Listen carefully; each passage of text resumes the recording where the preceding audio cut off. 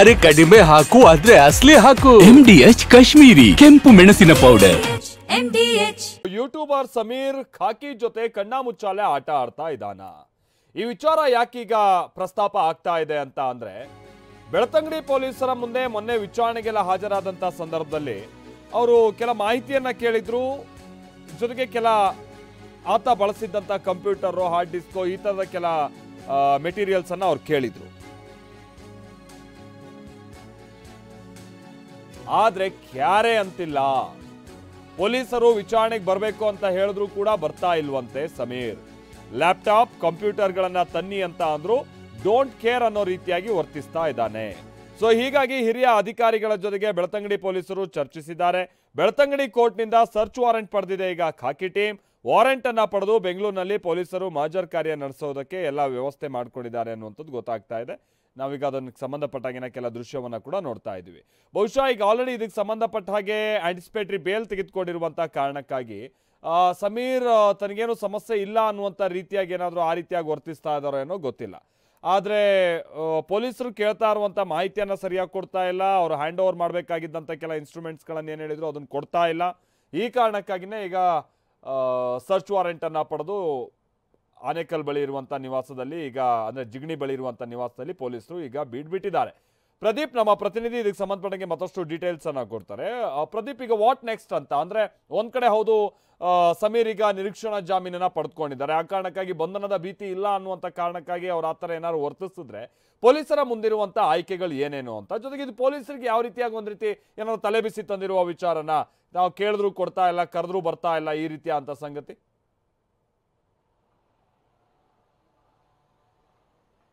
ಮಾಲ್ತೇಶ್, ಧರ್ಮಸ್ಥಳ ವಿಚಾರಕ್ಕೆ ಸಂಬಂಧಪಟ್ಟಂತೆ ಒಂದು ಕಡೆ SIT ತನಿಖೆಯನ್ನು ನಡೆಸ್ತಾ ಇದ್ರೆ, ಮತ್ತೊಂದು ಕಡೆ ಬೆಳ್ತಂಗಡಿ ಪೊಲೀಸರು ಧರ್ಮಸ್ಥಳ ಪೊಲೀಸ್ ಠಾಣೆಯಲ್ಲಿ ದಾಖಲಾಗಿದ್ದಂತಹ ಯೂಟ್ಯೂಬರ್ ಸಮೀರ್ ವಿರುದ್ಧದ ಪ್ರಕರಣವನ್ನು ಸಹ ತನಿಖೆಯನ್ನು ಈಗ ನಡೆಸ್ತಾ ಇರುವಂಥದ್ದು. ಈ ತನಿಖೆಯ ಭಾಗವಾಗಿ ಪೊಲೀಸರು ಸಮೀರ್ಗೆ ನೋಟಿಸನ್ನು ನೀಡಿ ವಿಚಾರಣೆಗೂ ಕರೆಸಿಕೊಂಡಿದ್ರು. ವಿಚಾರಣೆಯ ವೇಳೆ ಆತ ಈ ಒಂದು AI ವಿಡಿಯೋವನ್ನು ಮಾಡಲು ಬಳಸಿದಂತಹ ವಸ್ತುಗಳು, ಕಂಪ್ಯೂಟರ್ ಆಗಿರೋದು, ಲ್ಯಾಪ್ಟಾಪ್ ಮತ್ತೆ ಕ್ಯಾಮ್ರಾ, ಇದನ್ನೆಲ್ಲವೂ ಸಹ ಹ್ಯಾಂಡ್ ಓವರ್ ಮಾಡಬೇಕು ಅಂತ ಹೇಳಿದ್ರು. ಆದರೆ ಯಾವುದನ್ನು ಸಹ ಸಮೀರ್ ಹ್ಯಾಂಡ್ ಓವರ್ ಮಾಡಿರಲಿಲ್ಲ ಅನ್ನೋದ್ರ ಮಾಹಿತಿ ಸಿಗ್ತಾ ಇರೋದು. ಈ ಕಾರಣಕ್ಕಾಗಿ ಇವತ್ತು ಮತ್ತೆ ಕೋರ್ಟ್ನಿಂದ ಸರ್ಚ್ ವಾರೆಂಟ್ ಅನ್ನು ಪಡ್ಕೊಂಡಿರುವಂತಹ ಬೆಳ್ತಂಗಡಿ ಸರ್ಕಲ್ ಇನ್ಸ್ಪೆಕ್ಟರ್ ನೇತೃತ್ವದ ತಂಡ ಇವತ್ತು ಮಧ್ಯಾಹ್ನ 1:30ಕ್ಕೆ ಬೆಂಗಳೂರು ಹೊರವಲಯದ ಆನೆಕಲ್ಲ ಬಳಿ ಇರುವಂತಹ ಉಲ್ಲಳ್ಳಿಯ ಈ ಒಂದು ಬಿಲ್ಡಿಂಗ್ನ ಗ್ರೌಂಡ್ ಫ್ಲೋರ್ನಲ್ಲಿರುವಂತಹ ಸಮೀರ್ ಮನೆಗೆ ದಾಳಿಯನ್ನು ನಡೆಸಿದ್ದಾರೆ.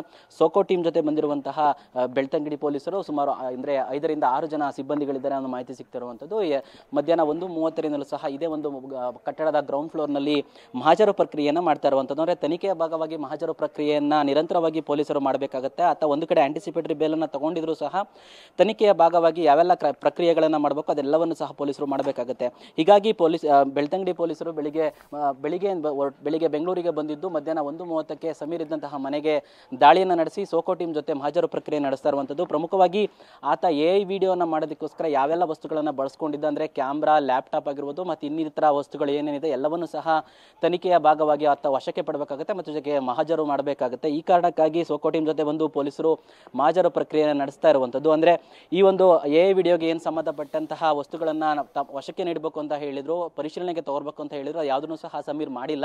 ಈ ಕಾರಣಕ್ಕಾಗಿಯೇ ಸರ್ಚ್ ವಾರೆಂಟ್ ಅನ್ನ ಕೋರ್ಟಿಂದನೇ ನೇರವಾಗಿ ಪಡೆದುಕೊಂಡು ಈ ಸಮೀರ್ ಮನೆಗೆ ಈಗ ಪೊಲೀಸರು ಸೋಕೋ ಟೀಮ್ ಜೊತೆ ಬಂದು ಪರಿಶೀಲನೆ ನಡೆಸ್ತಾ ಇರುವಂಥದ್ದು. ಇನ್ನೊಂದು ಕಡೆ ನೀವು ಹೇಳ್ದಂಗೆ ಈ ಒಂದು ಆಂಟಿಸಿಪೇಟರಿ ಬೇಲ್ ಕೂಡ ಇರುವಂಥದ್ದು. ಅಂದರೆ ಆಂಟಿಸಿಪೇಟರಿ ಬೇಲ್ನ ಕ್ಯಾನ್ಸಲ್ ಮಾಡಿಕೊಂಡು ಆತನನ್ನು ಅರೆಸ್ಟ್ ಮಾಡಬಹುದು ಹೊರತು ಈಗ ಸದ್ಯಕ್ಕೆ ಆತನನ್ನು ಅರೆಸ್ಟ್ ಮಾಡುವಂತಹ ಸಾಧ್ಯತೆಗಳಿಲ್ಲ. ಇವತ್ತು ಮಹಾಜರು ಪ್ರಕ್ರಿಯೆಯಲ್ಲಿ ಏನಾದರೂ ಅವರಿಗೆ ಈ ಒಂದು ತನಿಖೆಗೆ ಒಂದು ಸಪೋರ್ಟಿವ್ ಆಗಿ ಏನಾದರೂ ಸಾಕ್ಷಿಗಳು ಕಂಡು ಬಂದರೆ ಈತ ಬಳಸಿದಂತಹ ವಸ್ತುಗಳನ್ನೆಲ್ಲವನ್ನು ಸಹ ಮಹಾಜರನ್ನ ನಡೆಸಿ ಅದಾದ ನಂತರ ಬೆಳ್ತಂಗಡಿ ಪೊಲೀಸರು ವಶಕ್ಕೆ ಪಡೆದು ಅದನ್ನ ಎಲ್ಲವನ್ನು ಸಹ ಬೆಳ್ತಂಗಡಿಗೆ ತೆಗೆದುಕೊಂಡು ಹೋಗುವಂತಹ ಸಾಧ್ಯತೆ ಕೂಡ ಇರುವಂತದ್ದು. ಮಾಲ್ತೇಶ್, ಓಕೆ, ಸಮೀರ್ ಎಲ್ಲಿದ್ದಾರೆ ಅದೇನಾದ್ರು ತಿಳಿದು ಬಂದಿದೆಯಾ ಪ್ರದೀಪ್? ಪೊಲೀಸರಿಗೆ ಕಾಂಟ್ಯಾಕ್ಟ್ ಮಾಡೋದಕ್ಕೆ ಏನಾದ್ರು ಅನುಕೂಲ ಆಗಿದೆಯಾ, ಏನ್ ಕತೆ?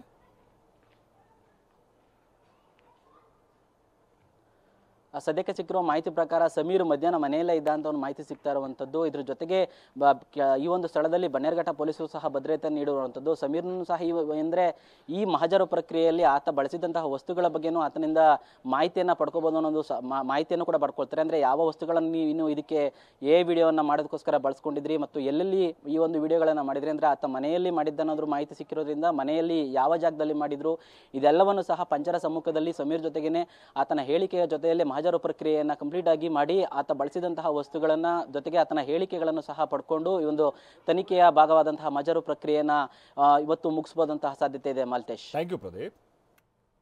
MDH ನ ಕಿಚನ್ ಅಲ್ಲಿದ್ರೆ ನಾವು ಎಲ್ಲವನ್ನು ಮಾಡಬಹುದು. ಬೆಂಗನ್ ಕಾ ಬರ್ತಾ, ಆಲೂ ಗೋಬಿ, ಭಿಂಡಿ ಮಸಾಲಾ, ಇನ್ನೂ ಬಹಳಷ್ಟು. MDH